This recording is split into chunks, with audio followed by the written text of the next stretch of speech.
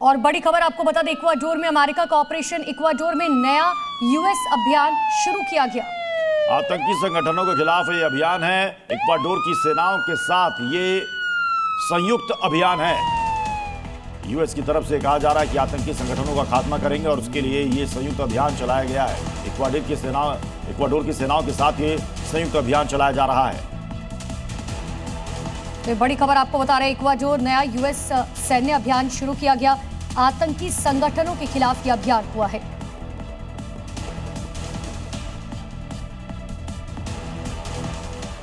और एक और बड़ी खबर सामने आ रही है, यूएस एयरफोर्स ने मिडिल ईस्ट में सप्लाई प्लेन को भेजा है और खबर है कि 7 टैंकर भी इराक की ओर भेजे जा रहे हैं।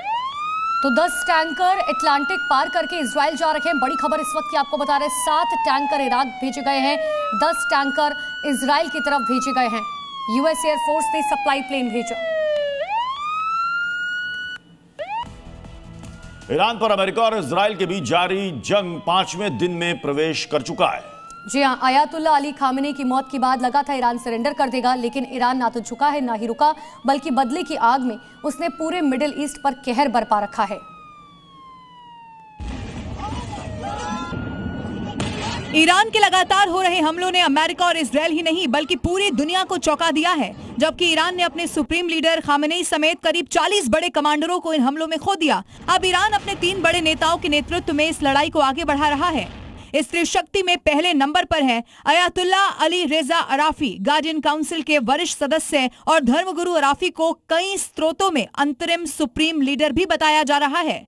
त्रिशक्ति की दूसरी शक्ति है राष्ट्रपति मसूद पेजेश्कियन। वर्तमान राष्ट्रपति खामेनी की तरह ईरान को किसी भी सूरत में घुटने टेकते हुए नहीं देखना चाहते। तो इजरायली वायुसेना ने पश्चिमी ईरान में 60 से ज्यादा एयर स्ट्राइक की है। मिसाइल लॉन्चर, डिफेंस सिस्टम और लाइव फायर को निशाना बनाया गया है। ईरान पर 60 से ज्यादा एयर स्ट्राइक,